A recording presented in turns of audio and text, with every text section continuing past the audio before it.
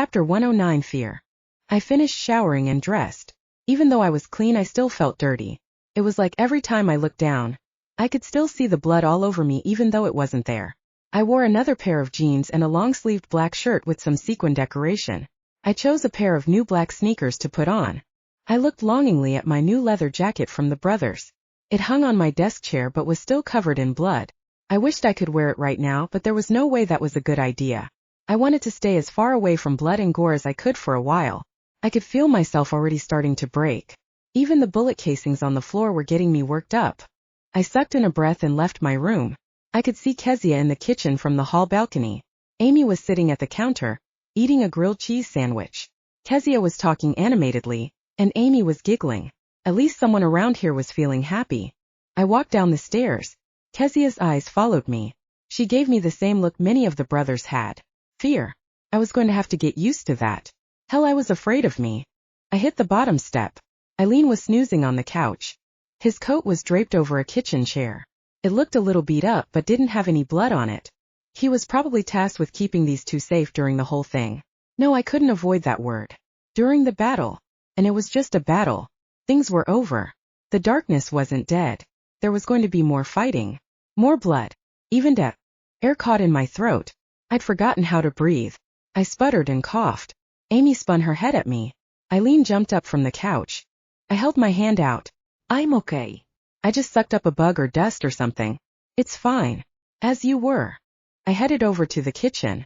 Kezia eyed me as I stood at the counter. Do you want one? The way she was looking at me made me feel like I was an unwelcome guest that she couldn't deny. I didn't want to make her more uncomfortable. No, it's fine. I just wanted to check on you too. Are you okay? Kezia nodded quickly. All good. Amy smiled weakly. She wouldn't meet my eyes. Yep, we're fine. Okay then. I turned and left them alone. I was glad to get out there. The tension in the air was so tight I felt like it was sucking the air out of me. I found Liam on the stairs as I was walking down. Beloved, I was just coming to get you, he growled. You should have waited for me. I ignored him. I want to see Mr. Klein. He frowned. What do you want to see Klein for? He might have answers. He was working with Mila, the darkness. He might know what she is up to. He's not here. I know. I want you to take me to him. I don't think that's a good idea. Why? Because I shouldn't leave or because you've beaten the crap out of him? Both. I'll be careful. And you can beat him up as much as you want. I don't care about that piece of shit. Liam grumbled something, then turned around and led the way. He made me wait at the bar with Cherry while he disappeared to get some backup. What's got Liam in a mood this time? She asked. I'm pretty sure he's always like this now. I think I just pissed him off enough that he's had a personality shift. Cherry eyed me suspiciously. I don't think he's pissed off. I think he's worried about you. I sipped on a scotch on the rocks. I'm worried about me too. I think we're all worried about you. What you did. She shook her head. I'm glad you're on our side. Me too. Images of the battle flooded my mind. Taking out vampires and those clawed things was hard, but they didn't really resemble people very much. I just kind of shut it off. It was survival. Kill or be killed, I guess is what they say. But if I had to fight against people like us, I don't know if I would have done as well. She gave me a sympathetic look. It's never easy, but you do learn to push it aside. Just focus on what you are fighting for. Kill or be killed. Protect the Brotherhood. Without this faction, a lot of innocent people will suffer. We keep them safe. How are they doing right now? Has the Grange attacked any of them yet? Cherry shook her head. The brothers are doing their best to keep the patrols up. They drew them over to the bar to avoid getting families killed. Otherwise, a lot of innocents would have died. I nodded. That's good. Let's keep it that way. I took a big drink of the scotch. I'm going to see what I can get out of Mr. Klein. He might be able to shed some light on what the Grange wants with Kezia and me. I thought you ordered him returned? Liam decided to keep him for torture. Cherry frowned. That's why they attacked. No. It's not. Mr. Klein is just a pawn. The darkness doesn't care about him. It wants Kezia or me so it can finish its spell. I've been up against it before. Trust me. Liam did not do this. Okay. What are you going to do when you see him? I'm going to figure out what's going on. I'm tired of guessing. I'm tired of putting people's lives in danger. Are you going to kill him? I stared down at the scotch glass. I might. Are you going to be okay with that? I thought back to how helpless he made me feel when he controlled me with his magic, how he watched me in the cell. Yes. Are you sure about that? Definitely. Liam came with 5 guys following him. Are you ready? I turned to Cherry. Can you get my jacket cleaned? It's in my room. I'll get right on it. I nodded to Liam. Let's, Chapter 110 Torture.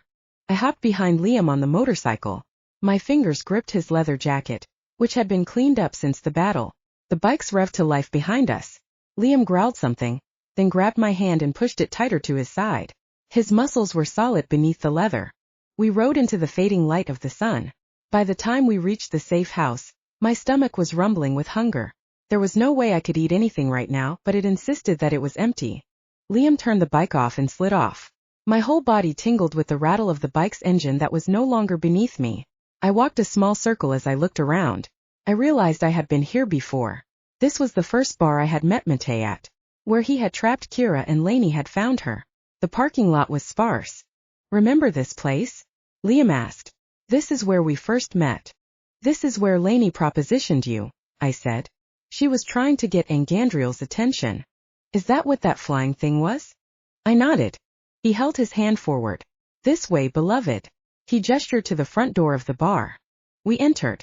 Liam led me past the main bar and down the stairs in the back. Everything had been rebuilt but held signs of a troubled past. I looked at the door to the storage room. Is he in there? Liam nodded. The 5 guys came down the stairs around him. He turned and started directing them around. A burly-looking bartender worked behind the bar. Several patrons who were just as muscled sat about the room sipping drinks and eating. I walked up to the bar. Do you think I could get something to eat? Anything, beloved. What would you like? I don't care. Whatever's quick and easy. I haven't eaten anything all day. He disappeared behind the door. In 5 minutes he came out with a basket of cheese curds. My mouth watered. Thank you so much. Thank you for protecting our brothers and sisters. I nodded and popped a cheese curd in my mouth. It was fantastic. My stomach settled down with the hunger, but the nausea rose almost immediately. Bleh. I had to eat something before I passed out. I couldn't live on just energy alone. I narrowed my eyes. Why was that? A thrashing sound came from behind me. Liam was dragging Mr. Klein out by the back of his shirt. He pushed him down in a chair while a brother tied him down to it. He's all yours, Liam said. And then he's mine. I nodded seriously. I held my hand out to the bartender. Can I borrow a bit of your energy, please? The man slid his hand across the bar towards me. I pulled energy from him, letting the pleasure last, then pulled the last of it quickly so he finished. He gripped the bar with both hands as he enjoyed his moment. I slipped off the bar stool. I eyed Mr. Klein. I wasn't sure exactly how I was going to torture him. I knew I wanted answers, but it wasn't like I'd done this before. I decided I was going to play the nice girl. I grabbed a chair and sat down a foot in front of him. Mr. Klein, I said. Kira. He had a black eye and a split lip. Dried blood crusted one ear. I wrinkled my nose. I'm still not Kira. Mila says you are. Mila's dead. That thing isn't Mila. How would you know? You don't spend any time with her. I know. Well, she's more powerful than you. More powerful than your succubus tricks. I nodded with a tight smile. What's she planning? Why would I tell you? Because I've been your #1 employee for the last 2 years. He cackled. The only reason I gave you that is so you trust me. I never trusted you. You came to my party. And that was a mistake. I'm surprised these guys even let you come. I narrowed my eyes at him. There was no way I was giving him more information that he needed. What is Mila planning? Why does she need Kezia and me? Do you think she shares her plans with me? With anyone? Would you? Stop answering my questions with questions. Be straight with me. Tit for tat, Kira. I give you something if you give me something. I crossed my arms. Really? You're willing to play? I just stared at him. All right, Kira, why aren't you Kira anymore? Punch him, I said. That's not. Oof. Hector punched him. Mr. Klein doubled over as much as he could while being tied to the chair. My turn. What do you know about the darkness? I asked. Nothing, he wheezed. I know nothing. Then you're not useful to us. Hector. Hector punched him in the stomach again. I told you I don't know anything about the darkness. Then tell me where the Grange's main base is. I can't do that. Hector pulled his fist back. I held up my hand to stop him. My hand touched his knee and I pulled a bit of his energy. Oh, Kira, you do like me. His pants tented as his erection stiffened. Tell me the location. I pulled more energy just before he could finish, then stopped. Then I waited. He wiggled in his chair, trying to move. Kira, oh, you are very mean. Tell me. Mr. Klein just shook his head. I stood up and walked. I paced a path around the chairs as I thought. Oh, the torture you inflict is much worse than any of these bozos can lay on me. Hector punched him again. That's right. Punch me again. Does it make you feel like a big man? Is it compensating for something? Hector punched him over and over. Enough. I held up my hand. Last chance, Mr. Klein. He coughed and sputtered, trying to gain his breath. Ooh. What are you going to do to me now? I stood in front of him, looking down at him. I'm done. I'm done playing your games. I never wanted to play with them to begin with. You're too dangerous even if you didn't have powers. I placed my hand on his shoulder. I pulled energy out of him in a quick burst.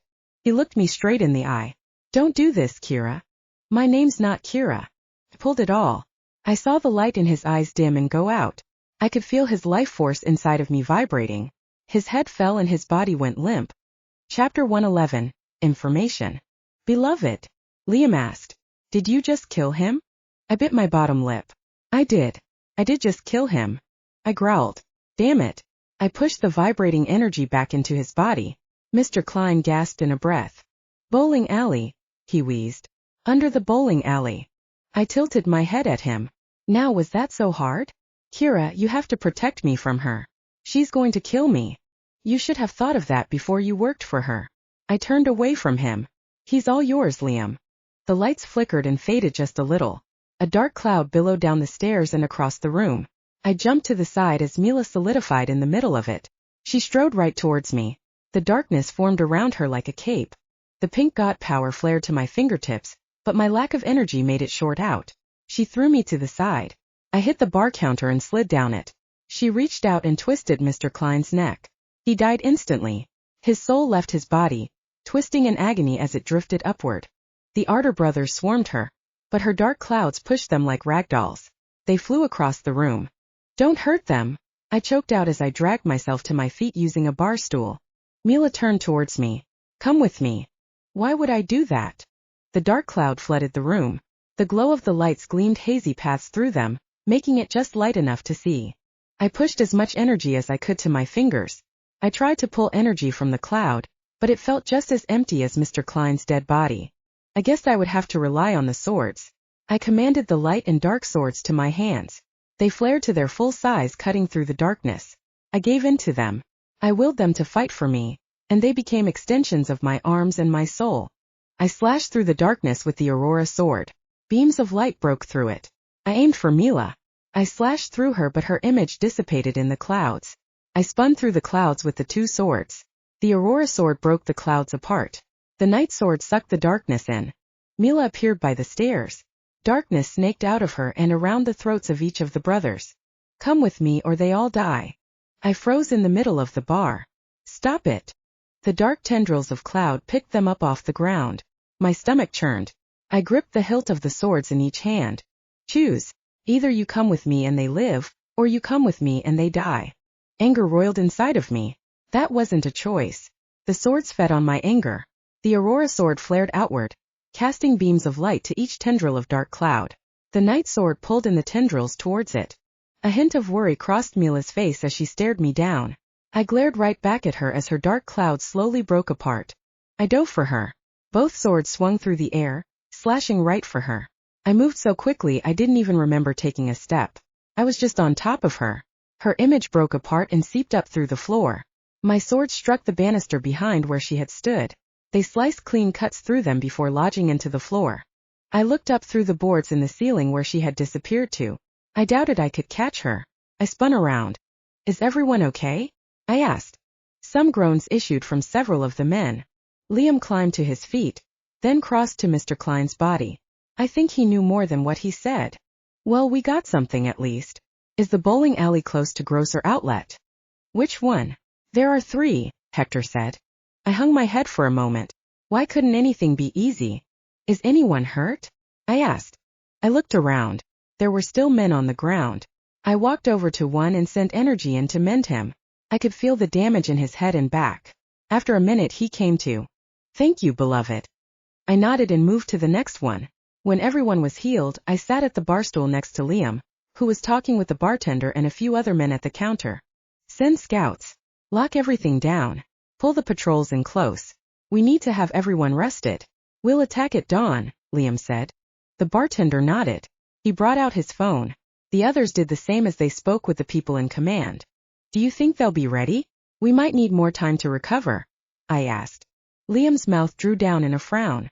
If we don't attack now, they will have time to fortify. I nodded. I see your point. What if they are already fortified? If we wait, we will lose our chance. Okay. Granite? Granite. What's going on? Everyone turned to look at Hector, who was on the phone. He dropped his phone. They are attacking Ardor again. We're going to lose everyone. Liam and I shared a look. Magic sparked to my fingertips. I was low on energy, but I didn't care. I would use my own life source if I had to. Pink wings sprang out of my back. I floated above the floor.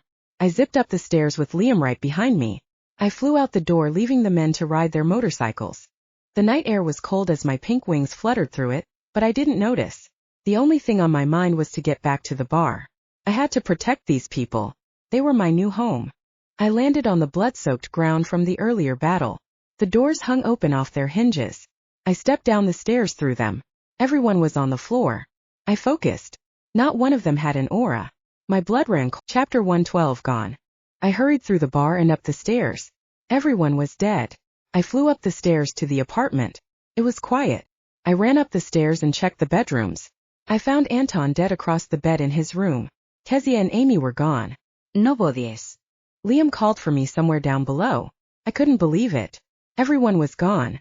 Cherry, Anton, Cole, they all lay lifeless on the floor. No. No. This could not be happening. I would not let this happen. My pink wings fluttered behind me with agitation. I would not let this be.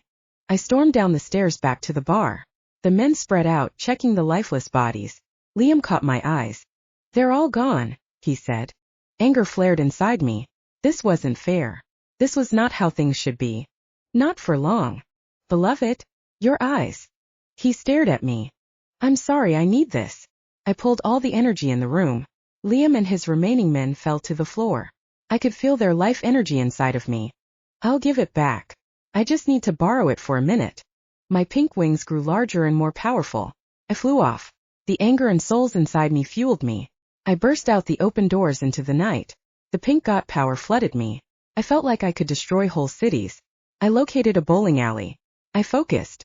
There was no powerful aura coming off of it. I moved to the next one. I could see the dark aura deep down under it. This was it. Hybrid Pink 4. The flames consumed the building. They licked and then formed into big balls and smashed it. Creatures ran about like ants. I could see their fangs and claws. They were the Grange. They were the enemy. I glided lower and I sucked. I pulled at the life energy they contained until their bodies dropped back. The wood splintered and the earth shook. I sucked more energy into me. More bodies fell. I felt huge. The pink god power encased me. I used my claws to rip into the floor. I peeled it back and blew out more pink flame. I struck the surface and crawled, searching deeper, searching for the darkness. I found more lives. Their eyes looked up at me in awe and horror before they ran away. They looked like small ants beneath me.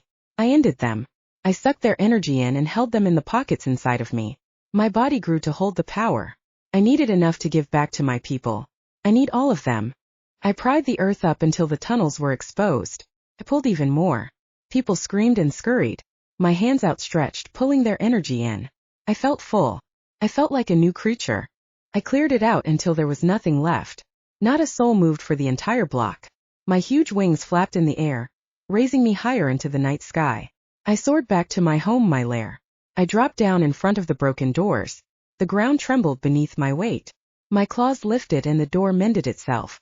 I balled the energy I collected up, pulling it away from my body. My wings shrank down to the size befitting a normal person, and so did my body. My claws became hands. My breath became air instead of fire. I strode through the door and looked at my fallen army. Their souls still hovered in their bodies, not yet willing to release from this world. I smiled. Good. They were fighters. All they needed was the life breathed back inside of them. I lifted all that life energy from the pockets. I pushed it into my chest, into my very air, and then breathed out over the bar. Pink magic rushed from my lungs. I pushed it into them. The pink slithery magic wafted in through their noses and mouths, filling them with life again. Collective gasps issued all around. I sent the magic up through the garage and into the loft. I could feel Anton awaken. I could feel everyone come back to life. I was connected to them. As people gained consciousness, their eyes fell on me. Many of them had tears, even the strong orcs. They stared at me. I could see the fear in their eyes. I had scared them. I scared me, but it had to be done. I couldn't let the darkness win. She couldn't have them. These people shouldn't have to die because she was after me. Liam rose slowly to his knees. All hail our beloved. She has brought us back to life. Others rose to their knees and bowed before me. My pink wings fluttered with irritation again. I didn't like this. I wasn't a god. I didn't want them bowing in front of me. Stop it. I looked around. No one moved. Stop it. My voice rang out. Silence echoed back. No one rose their head. I could feel them. I could feel their allegiance to me. It was a different power. It flowed towards me like golden energy. It was ironclad and strong. It was belief like that of faith. Stop. No. I don't want this. I saved you because you are my friends. Don't worship me. I'm not a god. Please. Stop. The golden energy still came. It wrapped around me, infusing my skin. I felt like I was glowing with gold light. I tried to push it back to them with the pink god energy, but it only infused it. The pink energy flared up and wrapped around me. My wings grew, extending out past the double doors of the entrance. I felt like I was going to swell so big I would bust out of this room. I had to do something with it before it got to be too much. So I gave it back. I sent the infused pink energy back into them. I mended every scratch, every nick, every scar they ever had. I fixed their clothes. I fixed the broken bar stools. I put everything back in order. I returned their energy to them, and in the process it only grew mine. It was getting more than I could handle. I commanded my swords out to me. They grew into shiny broadswords. I dumped the energy in there. They drank it up greedily. My pink wings dimmed and faded. I was starting to feel normal again. I was almost beginning to feel weak. I gave every extra bit to the swords until I stumbled forward. Several brothers stood and caught me. They eased me to a chair. The rest slowly rose. The bar quickly filled with chatter. I could still feel their eyes on me. Hide, I commanded. The sword shrank and slipped up my sleeves. Liam strode towards me with his head bowed. What you did? I held up a hand. Please. No more. I don't want to be your idol. He nodded. Did you kill Mila? I shook my head. She wasn't there. Neither was Kezia or Amy. The darkness must still have them. Liam kneeled before me. The others around him did the same. I vow to find them for you. I laid my hand on his shoulder. No. You need to protect our people. They need a strong leader. But you are our leader. I shook my head. I am our bodyguard. You are the leader. Every time I make a decision, something 10 times worse happens. But, beloved. Fine. You want a leader? I'll be the leader. Liam, you are my second in command. Command stuff. Liam nodded. Shall we attack at dawn? I shook my head and sighed. There's no point. There's nothing to attack. All the eyes around me looked at me. My mouth drew in a hard line. I had to make a tough decision. It was either them or us.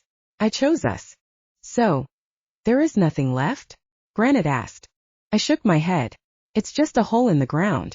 The Grange won't be bothering us anymore. I stood abruptly and walked away. Beloved. 3 orcs called after me in unison. I waved my hand, warding them off without turning around. I'm tired. Chapter 113 Dinner. It took me 3 days to get out of bed. Liam visited me several times a day, but I didn't listen much. They still hadn't found Kezia or Amy. I had all the books with the family blood runes brought to my room. They laid out over the floor and bed, all just within reach. My head felt fuzzy and my body ached like mad. I felt like I had been stretched like taffy, and everything was just trying to figure out where it fit again. On day 4, I finally decided to get out of my room. I showered and dressed. I wore the black leather this time. I donned my freshly cleaned Arter Brothers jacket. I slipped on a pair of tall leather boots. Everything fit like a glove, and this time I felt like I could pull it off. It was that, or maybe I didn't care if I did. I looked down over the balcony. Anton was sitting watching the television. It was playing the news. The giant hole where the bowling alley used to be was plastered all over the large screen with a headline reading, sinkhole appears in middle of town. I guess the veil had done its job cleaning up my mess already. I started down. Anton's eyes shifted to me as soon as my boots clicked the surface of the steps. He watched me as I walked down the stairs. He didn't look at me any differently. Good evening, sis. Is that what you've taken to calling me? It seems appropriate. I guess. Can I make you something? I narrowed my eyes at him. Is it edible? It will be. I promise. Fine. Dealer's choice. I will eat whatever you bring me. Great. He dived towards the kitchen. I sat at the dining table with my current book and flipped through the old pages. They felt leathery. I had a feeling they were made out of human skin, but I really didn't want to think about it too much. My eyes scanned through the resurrection spell. I had really brushed up on my ancient languages. This one was Sumerian. It looked like it required 1,000 souls and the blood of a relative. There were some other ingredients but nothing hard to get. It had to be done at a major node. Of all the spells, I seemed to gravitate towards this one. If the darkness really was trying to bring my mother back from the dead, this spell was it. If she wasn't, then none of her motives made sense. A clank of dishes on the table snapped me up from my studies. All served, Anton said. He grinned from ear to ear. On the plate sat a steak, mashed potatoes loaded with everything, and a side of bright green steamed broccoli. It looks perfect. How did you make this?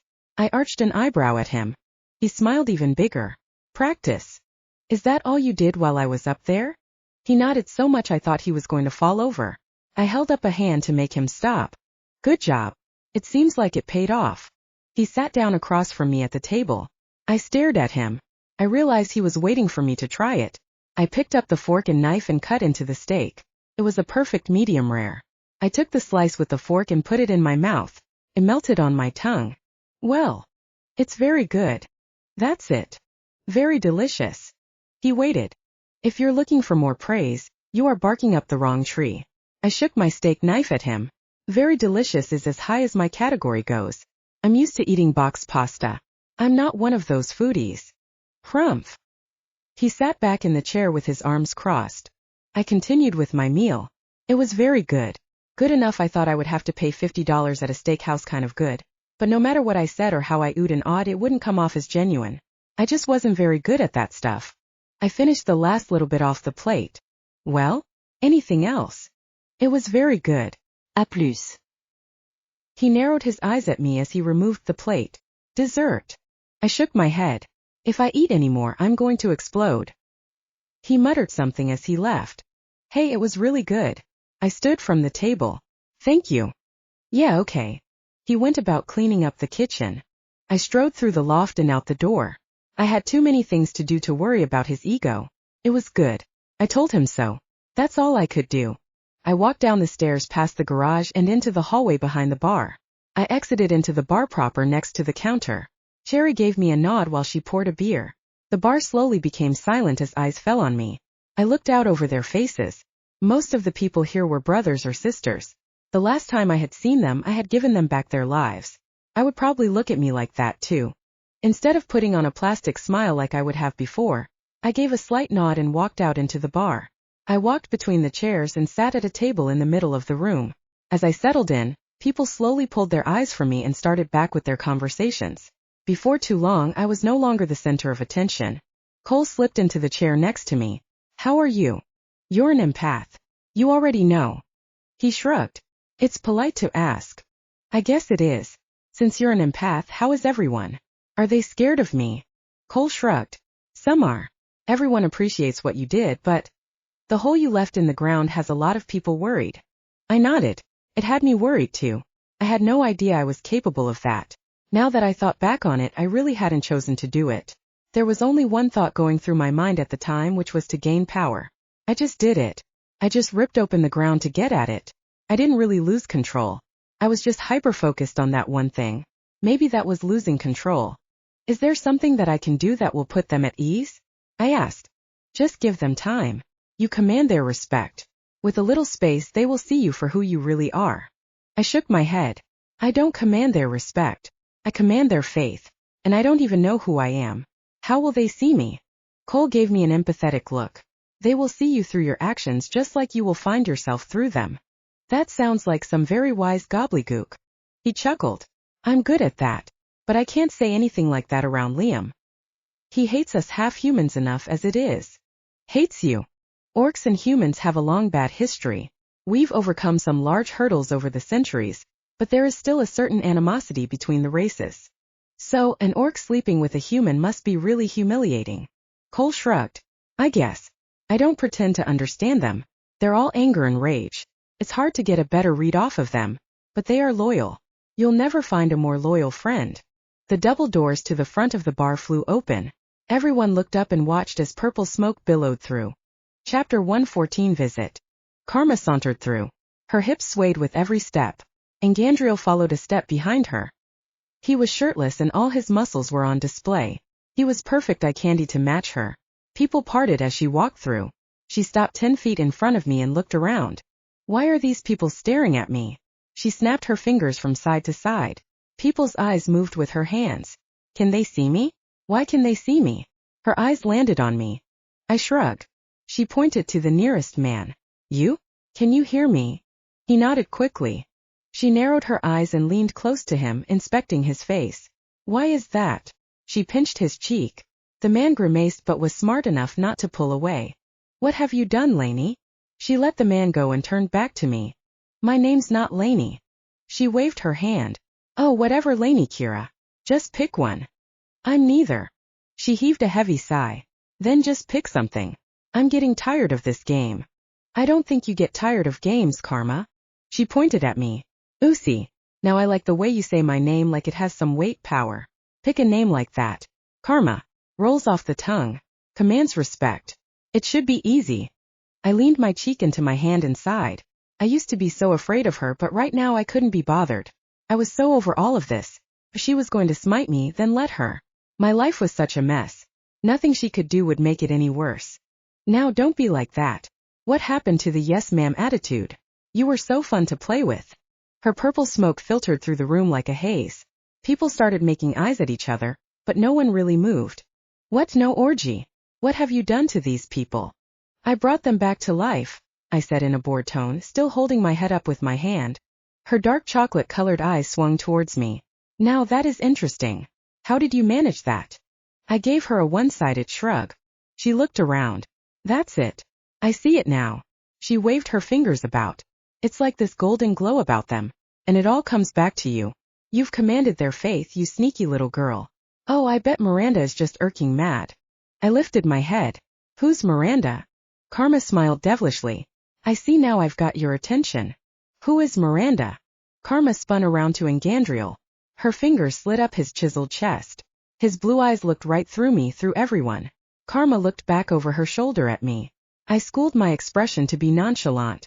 She pouted a lip, then turned around to him and kissed him on the mouth. The kiss continued for painful minutes. Everyone stared. I stared, but I kept my expression bored. She finally pulled away and looked back at me.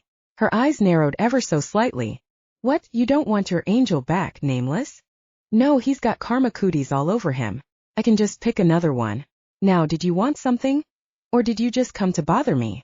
She narrowed her eyes at me again. She snapped her fingers. She and Engandriel vanished in purple smoke. The haze filling the room slowly faded. Everyone's eyes landed back on me. I told you Karma hates me, I said loud enough for everyone to hear. After a full 10 seconds, Cherry, bless her heart, laughed. A few joined in at first and then everyone seemed to chuckle a little. It didn't last long, but it did ease the tension in the room. Cherry strode towards me. Did you really just say that to Karma, a force of nature? Her voice was so loud in the quiet room. I shrugged as if it was just the two of us, like no one else was here. I guess so. The more I react to her prodding, the more she does. If I act like I don't care, then maybe she'll eventually get bored of me and leave me and everyone else around me alone. That sounds like a sane idea, but what if she doesn't stop? The other option is to antagonize her, and she'll definitely not leave me alone. Cherry finished walking the distance. People were still quiet, listening in on our conversation. I guess that is true. Cherry set her hands on the table and leaned towards me. All right, fearless leader, what is on the agenda for this evening? Riots? Orgies? Party? I could feel everyone watching. It felt like they were holding their breath. It didn't make the decision any easier. How is everyone in our territory? Are they panicking? Cherry shook her head. I think they are taking it pretty well. No one is left to terrorize them. Is there something we can do to make them feel better? Maybe unite them so they aren't afraid of me. Cherry looked up and to the side as she thought. What about a picnic? We could throw a night picnic tomorrow in the park. Invite the community and show off our new leader. What do you say? I looked around. Everyone was still watching us. I turned back to Cherry. What does Liam think? Where is he? On patrol. I can call him back if you wish. Well, I think the night picnic idea sounds good if you think it will work, but check with Liam. I want to make sure he is on board before we do anything. I doubt he will be. If it doesn't involve smashing or bashing, orcs are really into it. Well, run it by him anyway. I want him included in all the decisions. He will know how to keep us safe. Cherry nodded. Got it, boss. I'm on it. Now. Can I bring you something to drink? Chapter 115 Pillaging. Cherry brought me a White Russian, and I took it upstairs to the lair of curtains.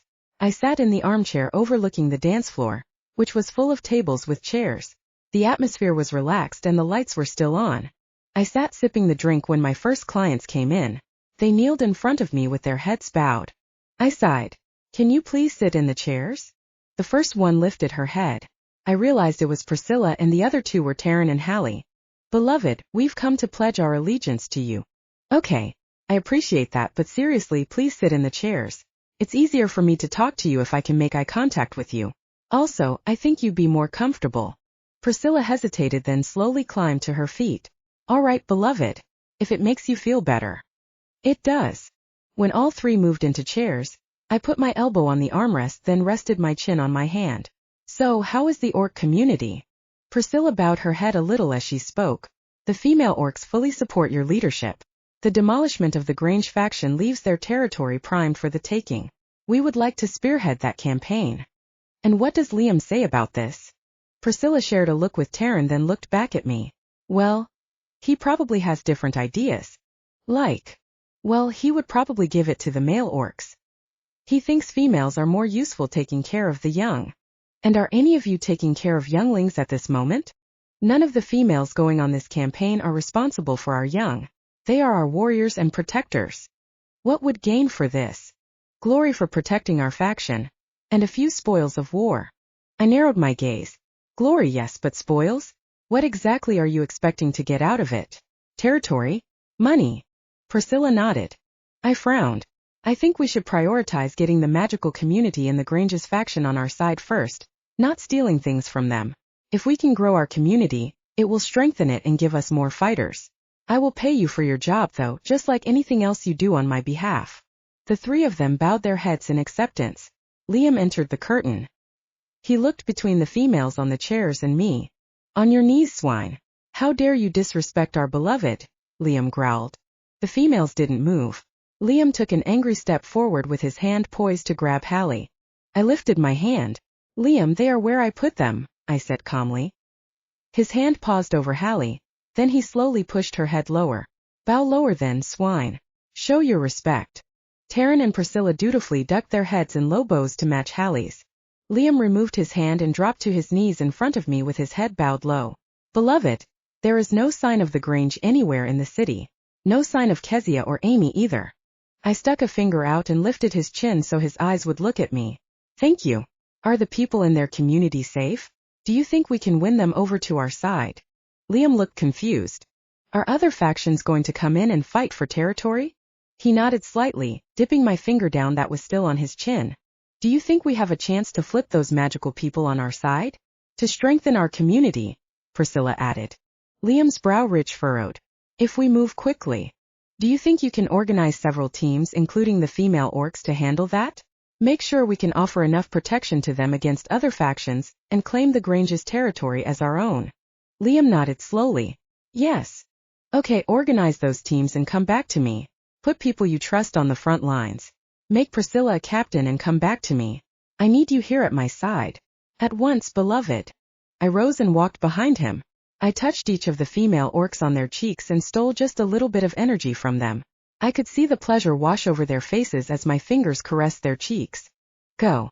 Fight on behalf of Ardor. Make me proud, I said to the females. They stood. Liam went to stand, but I held him back with a hand on his shoulder. When the females left, I removed my hands. Stand up, I commanded. Liam complied. Don't bow to me. I must bow to you. They respect me. I respect you. If they see me bow, then they will respect you. I see. I turned and looked up at him. I don't like that you bow to me. You're more of a leader to this faction than I am. I'm just here to look pretty. You know each and every person here. You are like family to them. He shook his head. You are not just pretty. You hold the real power. Without you, this faction would be dead. So, I'm a pretty bodyguard, fine, but I shouldn't be given decisions like this. What am I supposed to say when they want to get the spoils of war? Are they going to terrorize people? Are they going to rape and pillage? I don't know what I'm doing here. What if I do something wrong? Liam set his hands on my shoulders. Beloved, when you are the leader, nothing you do or say is wrong. I may have spent more time with them, but they will respect your decisions just as I will. If you don't want us to rape and pillage, then we won't. Okay, but you don't actually rape and pillage, do you? I feel like that is important. I will go organize the captains, Liam said and disappeared through the curtains. You don't, right? No rapping? Pillaging. I called after him. No one responded. Chapter 116 Territory. I plopped down in the armchair. I ran my hands through my hair. I had become a queen like the ones little girls dreamed about, except little girls didn't think about all the war and politics real queens had to endure. We were talking about things like people and territories, not sparkly ponies and dragons. I pinched the bridge of my nose as I thought. How was I going to find Kezia? How was I going to stop Mila? I guess I needed to get Kezia back, and then that would stop Mila, so I should make that my first priority. If Liam hadn't found her in town, then she probably wasn't anywhere around here. My stomach started to swirl with all this indecision. I could feel the magic inside me fizzle and snap. I pulled the book with the resurrection spell on my lap. I looked through it again. It needed 1,000 souls and a major node. The only major node near here was in Utah, so it looked like that would be where she would eventually end up, maybe after she got 1,000 souls. I had just prevented a bunch of those souls, so perhaps the darkness still needed to power up. I whipped out my new phone. It was so fancy it even had internet. It was something I heard of, but with flip phones being 10 years behind the times, I wasn't used to having all this technology at my fingertips. I searched through news headlines. They were talking about the sinkhole that had opened up in my city. I scrolled past that. There was a fire in a local town, a few drug busts, some stolen car. I kept scrolling. I needed something big picture. Finally, I scrolled to a headline reading. Hundreds missing in earthquakes rocking the Northwest. I read through the article. It looked like over the last 3 days, there had been 5 earthquakes in a mountain range holding a volcano that had thought to have been previously inactive. It seemed that the earthquakes were the only sign of it possibly reawakening, but the cause was still unknown since the volcano was so far away from the subduction zone. That seemed exactly like what I was looking for. Those missing people were probably dead, and they were probably dead because of the darkness. I looked up from my phone. I realized 3 of the brothers were sitting on the chairs, staring at me. I had been so focused I didn't even hear them come in. They shot me sheepish looks. I smiled tightly and stood. I held my hand out to the first one. He grasped it. Thank you, beloved. I nodded. I pulled energy from him. He leaned back against the chair. The other 2 watched. I held my free hand towards another brother. He took it and did the same. I let the first man finish so I could move on to the last one. I was feeling pretty impatient, but I realized that the people had been on edge for 3 days since I blew a hole in their town and gave them all their lives back. I was surprised they were brave enough to come see me after all that. As I watched the last 2 men enjoy themselves, I realized I had a place here. These people needed me. If something happened when I was off chasing the darkness, they would be left to fend for themselves. Liam was a good leader, but everyone was right. He didn't have the power to protect them. So, did I risk Kezia's life or all of these people here? Beloved, Amon called from the curtain. Liam is requesting your presence at the front lines. I arched an eyebrow at him. Apparently, there is a conflict between the factions. They are fighting over territory. There is a standoff. How quickly do they need me? Are our people dying? He shook his head. They are holding ground while each faction waits for their leaders to arrive. Whichever leader gets there first will have the upper hand. They could take out our forces in one swipe. We are spread thin. Is Liam out there? Yes, he is holding the line. Worry flooded through me. We had been through enough. My entire brotherhood had died, and now this. They were out there laying their life on the line again, this time on my orders. I released the men in my hold. Can you take me? Amon nodded. I walked quickly out of the lair and down the stairs. As I passed booths and tables, I pulled energy from the auras around me. charging up my magic. I transformed it until I could feel the god power vibrating inside of me. By the time I reached the double doors to the entrance up to the parking lot, 20 brothers and sisters were following me. They mounted their bikes. I swung my leg behind them on and together we rode to the front lines. It didn't take more than 15 minutes. When we reached, the Brotherhood stood facing 3 other factions. You could tell they were different by the way they were dressed. Each faction was congregated in a group mostly facing outward. They were trying to appear at ease, but not letting their guard down in case someone started shit. At the same time our bikes pulled up, an army of black SUVs appeared. Don Archer stepped out with men in navy blue striped suits and automatic rifles. I swung off the bike with my eyes on Archer. He tipped his hat at me before turning to his men. I concentrated on my own people. I kept my face serious. I spotted Liam and gave him a nod, then stood in front of my people, keep my eyes on the other 2 factions. One group looked like hood rats. They wore t-shirts and jeans with chains, hats, and baggy pants. The other group was made up of mostly tall, thin, pretty people with slightly pointed ears. The best way to describe them was probably the word elves. The elf leader showed up riding on a white cloud. His eyes were completely blue. Blue lightning bolts shimmered in his fingers as he landed on the ground. He did the same as me, never turning his back on his enemy. A few minutes later, the hood rat leader showed up in a limousine, followed by several Hummers. The men hurried around the car as he came out. They swarmed around him. The man was small with rat-like ears and completely black eyes. Now that everyone was here, it was time to get straight to the point. I took one step towards the center of the chaos. My thought was the first one to speak was the strongest. This is Ardor territory now, I said. Chapter 117 To the Death. The elf leader spoke first. This was Grange territory. If it isn't anymore, then we have every right to it. The rat leader sauntered forward in front of his minions. I have come to claim it. Fight to the death. Whoever's left standing wins. Don Archer stayed back. His men stood quietly behind him while he watched this play out. I turned my attention to the other 2. I took out the Grange faction, so this is my territory. Get out. The rat man snickered, sending a wave of laughter through his group. The elf leader regarded me. His blue lightning crackled in the palm of his hands. I highly doubt you did that. They were a strong contender in this town. You're brand new to this. We don't even know your name. Don Archer nodded in agreement. Liam stepped in at my side. I held my hand out to halt him. I didn't want to play games. This would not be won through talking. I was going to have to demonstrate my power.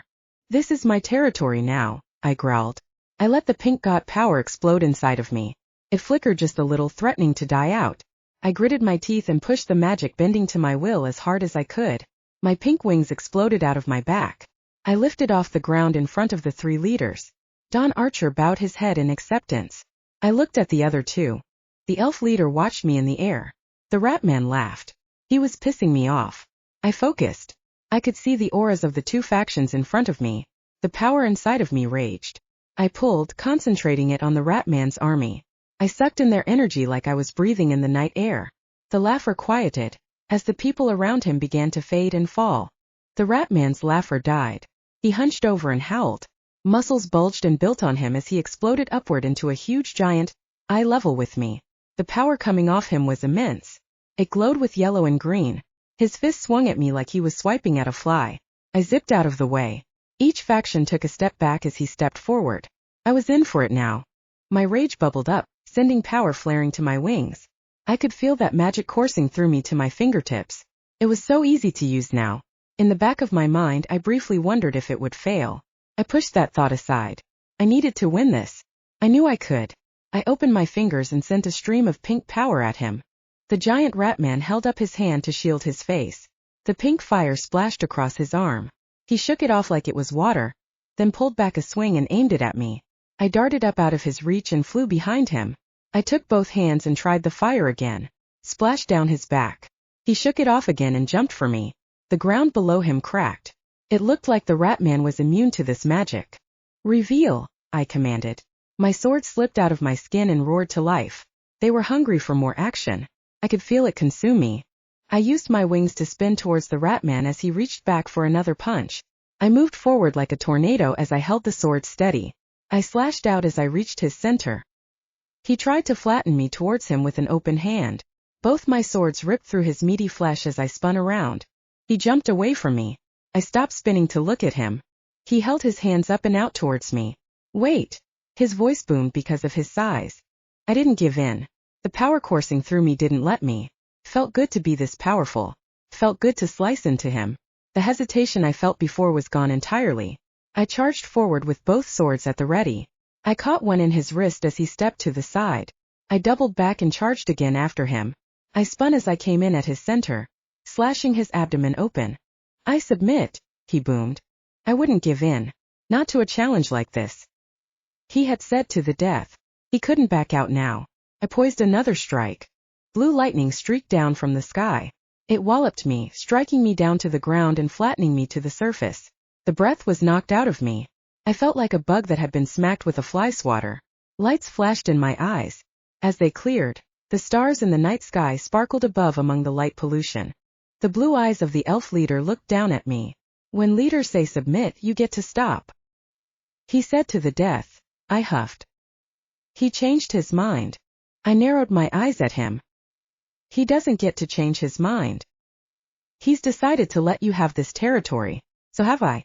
Can we change our mind now? I sat up on my elbows so I could breathe better. I guess that's acceptable. Good. He lifted his head to include everyone. The Grange now belongs to the Ardor brothers. All current truces are still standing. The crowd remained silent. Go home, the elf leader ordered. He looked back down at me. Until we meet again, little girl. He walked away and I stuck my tongue out at him. I don't think any of my people saw it. That was good. It was very childish, but if he was going to treat me like a child, then I was going to be one. Liam hovered over me. Beloved. I smiled up at him. Did we do good? You did well. He offered me a hand. I took it. He pulled me to my feet so quickly I caught air before I hit the ground. But you should have stopped. But he was going to kill me. He said to the death. I know, Liam grumbled. He looked over his shoulder as the rat man, who was back to his normal size, climbed back into his limousine. He's a coward. I'm sorry. I think I just got so caught up in protecting our people that I don't know, lost control maybe. Liam frowned. He looked to the elf leader. You didn't win this battle, Scorn did. Politics are much more complicated than just fighting. That is the easy part. I hung my head. But we got the territory. Sort of. We are going to have to protect it closely. The other factions now know what power you have and will be able to work around it to get the upper hand. Today was a loss. He held his hand out to me. Come, beloved. We need to get you off the front. Chapter 118, Disappointment. I sat behind Liam on his motorcycle. I didn't know much about motorcycles brands, but this one was black and thick. It must have weighed 1,000 pounds. I held on to his leather jacket as an army of 10 men escorted me back to the Ardor bar. We pulled into the parking lot. The bikes settled in around us, each cutting their engines until it was silent. The men dismounted their bikes but waited for me. I swung off and waited for Liam. He turned to my waiting gaze. I feel like you want to ask me something. Can I go to Utah? I asked. His face drew down into a deep frown. I think Mila took Kezia there. She's going to sacrifice her. Beloved, you can't leave us. If you do, we'll be defenseless. But Kezia. I stared up at the imposing orc. He gave me the most pleading look an orc possibly could. I hung my head. I understand. He held a hand out for me to lead the way. I walked down the stairs to the double doors into the bar. My group of 10 bodyguards followed me only a step behind. The bar was quiet when we came in. It looked like most everyone had moved on for the night, either on patrol, home, or standing guard somewhere. I headed upstairs as quickly as I could, nodding to the few that were left. I needed to be alone. I needed to concentrate. I hadn't had enough time to think, and now I had screwed up royally. I had made our faction look weak because I thought I knew what I was doing, but I really had no idea how strong I was. I had no idea what the fuck I was doing. And now everything was going to fall apart. I locked myself in my room. I had left Liam down in the bar. Hopefully he wouldn't look for me. I wasn't sure what exactly I was going to do, but I needed to figure out how to get Kezia away from Mila's claws. That may mean letting Liam down. But he was right. If I left and the other factions attacked, they didn't have anyone here to protect them. I mean, if that elf guy attacked, I might not be able to take him down even if I stayed. I sifted through the old books scattered around my room until I found one. The spells in it were written in Sanskrit. I think it's where I had seen the spell I needed. Someone really needed to digitize and organize these things. It wasn't like there was an entire book written on summoning or transforming or anything. They were just books written by people that either made spells or collected spells, so when you opened it up it was random. I flipped through the pages. I still had a few days left before the possible resurrection spell could be performed, but if I didn't figure this out soon, then Kezia was as good as dead. I threw the book across the room. This wasn't a teleport spell, at least not for people. I paced back and forth in my bedroom trying to think about what to do. If I could just teleport out to Utah where the major node was, then I wouldn't have to leave the faction for very long. No one would even know I was gone. Demons could teleport. Maybe I convinced Natalia somehow. She hadn't shown up since that first time Liam came after me. That felt like a lifetime ago, but it had only been a little over 2 weeks? Wow, how my life had changed. Okay, that could take care of the teleporting thing. Next, once I got there, what was I going to do? The showdown tonight had just made it apparent that even though I thought I had a lot of power, I could still be taken down. That elf guy didn't even have god power like I did. At least I assumed this god power was special and more powerful, but just because I called it god power didn't mean it was. I sighed and plopped down on the bed. I had enough power to kill my mother. She was some sort of freak out of limbo, which was like my Lanie half. I had enough power to make Don Archer back down. I had enough power to give Ratman a good old whack. I didn't have enough power to stand up to Elf Dude. And if Mila was in charge of the Grange, that meant she had enough power to hold her own against him. I hung my head. How was I going to go up against the elf leader? What was his name again? Did I even get it? Why had I just rushed in there and tried to take them out? I know why.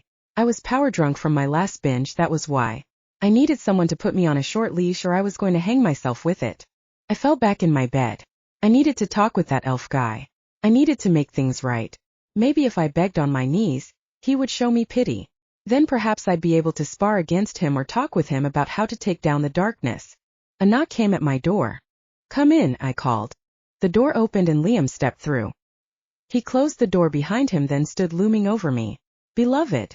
The way he said it made me feel like I was in trouble. I propped myself up on my elbows and looked up at him. I'm sorry. I know. I blew it. I thought I could do what I did the other night and make them back off. I let the power go to my head. From now on, you're the brains and I'm the brawn. I flopped back down on the mattress. Beloved. He hesitated. I think that is probably for the best. I looked back up at him. He was agreeing with me. He had been so against being the leader, and now he was agreeing with me. I flopped my arms out to the sides. I had screwed up royally. Rest. Tomorrow I will escort you down to the tent. You shouldn't plan anything else on behalf of the Arter brothers for now. It will keep you safe. I'm sorry. Liam nodded and left. I rolled to my side and pulled my knees up to my chest. I felt so lost and alone. I can't believe I was saying this, but I missed my previous life. It was just me looking out for me. This feeling, this disappointment was crushing, and there wasn't anything I could do about it. Chapter 119 Dreamscape. The darkness pressed in around me. It was cold and tingled my skin. The darkness expanded outward. A figure stood at a distance. So far it was only vaguely human-shaped. I squinted, but there was no light. I was standing in empty dream space, just like I had been when Isabel had called on me. Except this wasn't Isabel, it couldn't be. Didn't feel like her. The figure floated closer. Slowly the edges of her defined into the small shape of Mila. She stopped about 10 feet away from me. She still looked like Mila, but her presence was huge. Even though my eyes saw her the same, she felt like she took up so much more space, the monster under the mask. Where's Kezia? Where's Amy? I asked. Mila smiled, that too big grin with too many teeth. My stomach flipped in fear. Why do you need them? Are you trying to bring Isabel back? She chuckled. Isabel? No, she did her job. The darkness made Mila's voice sound more on the gravelly side. It made her seem older and more haunted. Then what? What are you after? Come work for me. I'm not dead. You can't buy my contract. Not yet, but you keep tangling in those factions, and you have no idea what you are doing. She made a show of looking at her nails. You'll die sooner or later. She looked up at me with dark eyes. Pledge your contract to me now, and I can guarantee you a quick, painless death. I narrowed my eyes at her. Definitely not. Mila snapped her fingers. Remy appeared behind her and to her left. What if I could promise you him? My eyes flickered to him. My breath tightened in my chest. I wanted to free him so badly. I at least wanted the chance to try. Maybe talk to him about why he was contracted with her in the first place. He must have read it in my face because he shook his head ever so slightly. The word was so hard to say. I pressed it out between my gritted teeth. No. A smile curved on the edge of Mila's lips. She knew she had hit me where it hurt. She snapped her fingers.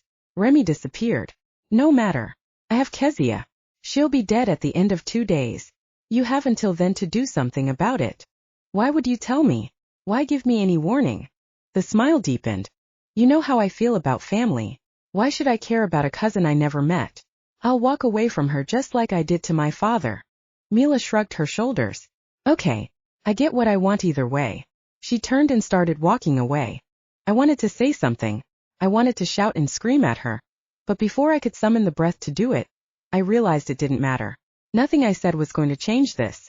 Venting my rage was only going to make me feel better, and let her know that her goading worked.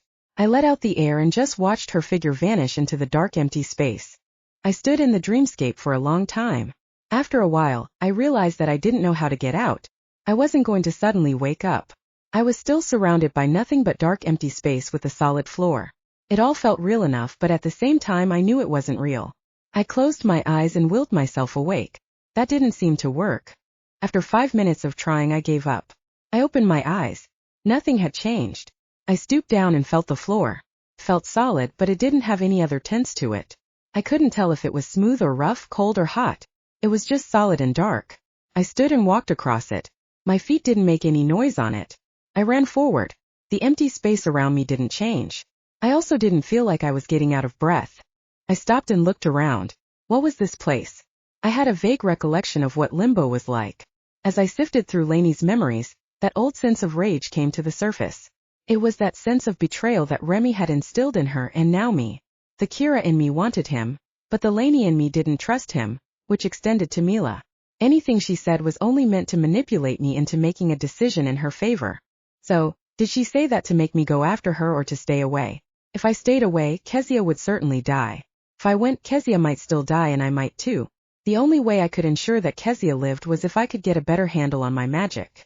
I needed to know I was strong enough to fight the darkness. I needed to learn from the strongest person I knew. There was only one I knew that could do that and would still talk to me. Juno, I said into the empty space. I need your help. My voice disappeared into the empty space. It didn't echo, instead it was just eaten up. Juno, I tried again. This time I put more of a command to it, like I was demanding her presence. Pink clouds swirled in front of me. A figure materialized in the smoke. As the smoke dissipated, a curvy womanly figure stepped out of it. My daughter, it's so lovely to see you again. I dipped my head in greeting. Juno, thank you for seeing me. She waved her hand, batting my words away. She stepped closer and circled me. Oh my goodness, you are quite the mess. You have all sorts of magic clinging onto you. She finished her circle and put her hands on her hips. What have you done to yourself? I need your help. I don't know how to use this power. I have ruined this faction and gotten things all messed up. Can you teach me how to use it? She leaned forward and looked into my eyes. Use it. She hummed as she stared at me. She was uncomfortably close, but I didn't pull away. How will you use it? I want to defeat the darkness. She pulled back in surprise. You can't. I blinked. What do you mean I can't? My stomach started to knot. She was my only hope. You are only a child. The darkness, as you call it, has been around for much longer. She has gained power over a century, whereas you have only been gaining power for 3 months. You are no match for her in your current state. That's why I want you to teach me. She sucked her teeth as she shook her head. Child, the kind of power you have will take a long time to master, and the amount of power you need, well, you'd have to suck the energy out of thousands of magical beings to match her power. Besides, it's taken you this long just to ask for help. You don't have what it takes to bring her down. I felt a deep sense of loss in the pit of my stomach, but then it grew to something more. I could feel my insides vibrate and grow hot. Rage started to form. It sloshed and settled. Before I knew it, words were shouting from my mouth. You gave me this power. You left me with it with no guide, no instructions. You just vanished. I don't know what the hell I'm doing. And now you're telling me I have no chance. Juno cocked her head to the side until I finished. When the last words tumbled from my lips, her eyes lit pink. Her voice dropped into menace. Daughter of Gemini, you forget yourself. I am Juno. I am the mother. You will speak to me with respect. I created you and can destroy your insignificant presence in a blink of an eyelash. Do not shout at me. I couldn't keep my body from trembling. My knees grew weak. The vertigo took over and I fell forward on my palms. I bowed my head in front of her as I stayed on my knees. When she finished, I tipped my face up to her just enough to see the enraged expression on her face. Yes, goddess. I am sorry. I forgot my place. I stared down at my hands. Please teach me to use my powers better. I want to protect the people I care for. Juno knelt in front of me. She lifted my chin to meet her gaze. The pink had vanished from her eyes. They were filled with love again. I wasn't going to be fooled this time, though. Her eyes were not the window to her soul. Child, you are still nameless. Until you figure out who you are, you cannot begin to develop your power. The ones you love will pass and fade away. You are of a different world now. Don't concern yourself with them. You have much to learn and, even more importantly, so much to decide. You will destroy lives and create beautiful things on your journey to developing your powers. Don't get so caught up in such trivial matters as these mortals. You are so much more. I could feel tears welling in my eyes. What do you mean destroy lives? You have already done so. You have killed 133 people just the other night. No, I didn't mean. Yes, you did, and in the process you restored just as many. You kept a balance and yet you didn't keep any for yourself. You have decided who lived and died, and yet you did not make yourself stronger. You are already making decisions that will develop your power, but without a name, the step you have taken is meaningless. Tears streaked down my face. She was right. I had killed people. I had played God. I was a god. I was doing what a god did. I was judging their lives, messing with them. Shit. I didn't even realize it. Juno. You must choose a name. I dropped my head. I can't. I don't know what I'm doing. I lifted my head back to her. Please name me, mother. Please. I begged. She stood and looked down on me. Her words spit out more harshly. I cannot. I told you what you need to do. Do it. I cannot be of any more help. She gave me one more look like she was looking at something pathetic. She snapped her fingers, and the pink smoke puffed then vanished. Chapter 120 Garden. I slumped into a pile on the floor. I felt useless. I felt pathetic. I wiped at the tears on my face, but they just kept coming. I had no idea what I was doing, who I was, or what I should do. Juno had wasted her energy on me. I had made a mess of the faction. They were the only people that had been nice to me. I had fucked it all up and had no way to fix it. And Kezia, she was going to die because I couldn't do anything. And all because I couldn't pick a damn name. I lay there in the dreamscape staring into the nothingness. I was no one. I was nothing. I was worse than the darkness because at least the darkness was something. It was terror, it was fear. I was nothing. I stretched my hands out in front of me, reaching into the nothingness. I stared at them for a long time. They were my hands. They were not Kira's or Lanie's. They were not scars or tattoos. They were fresh. They already had blood on them, but they were new. They were mine. I was nothing now, but that didn't mean I was always going to be nothing. I had been flailing around trying to figure out what everyone wanted me to be instead of just being me. I was wearing clothes picked for me. I was living somewhere others wanted me to be so they could use me. I hadn't chosen it. Instead, I had gone along and let them tell me who I was. No wonder I couldn't pick a name. I hadn't chosen any of this. I pushed myself up using my hands. I stood in the nothingness, empty and alone. I needed to decide.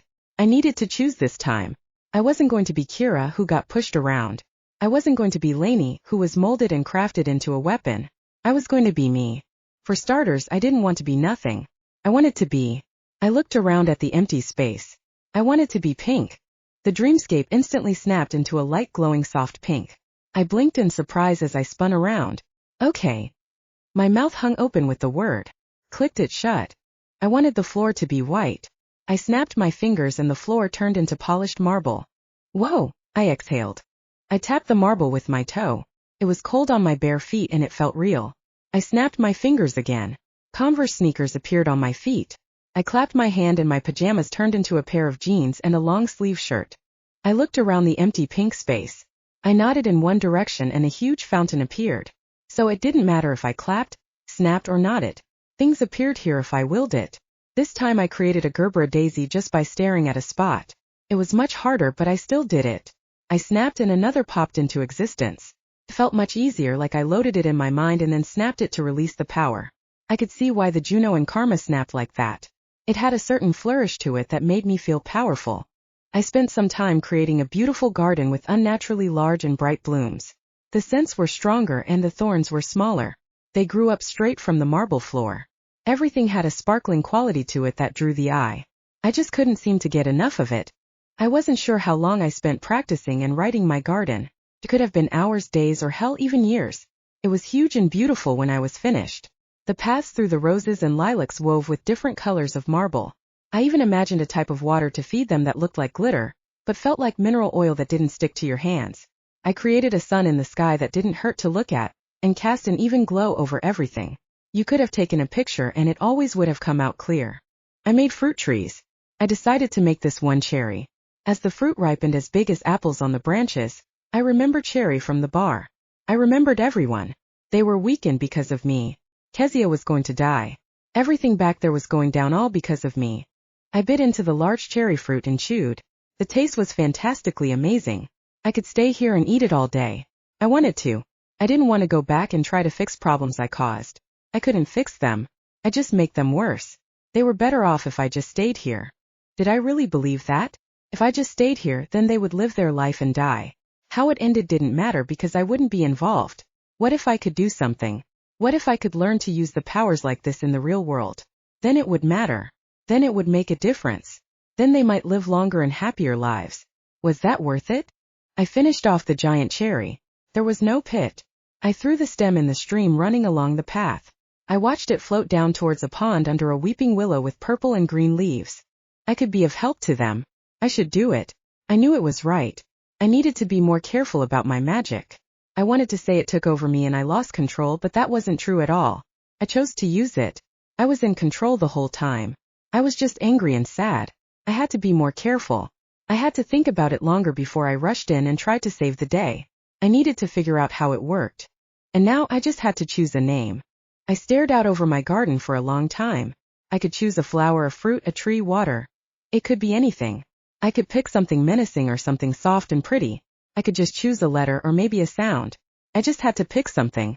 The problem was whatever I picked doomed me to become it. If I picked something like the name Death, I could become that. Death and destruction would follow in my wake. If I picked something like Cherry, let's say, then I might become something sweet or peppy or slutty. I wasn't sure. When Juno said the name gives power, that is exactly what I feared. If I chose the wrong name, I would be burdening myself with that power. I looked down at my hands. Whatever I named myself would make it true with these hands. That was too much responsibility. I couldn't choose. I couldn't doom myself. I bit my lip. I would just have to do my best without a name for the time being. I would try to help and try not to do any more damage. If I wasn't sure, then I should do nothing. That was a safe course. It was better than making things worse. I closed my eyes and snapped my fingers.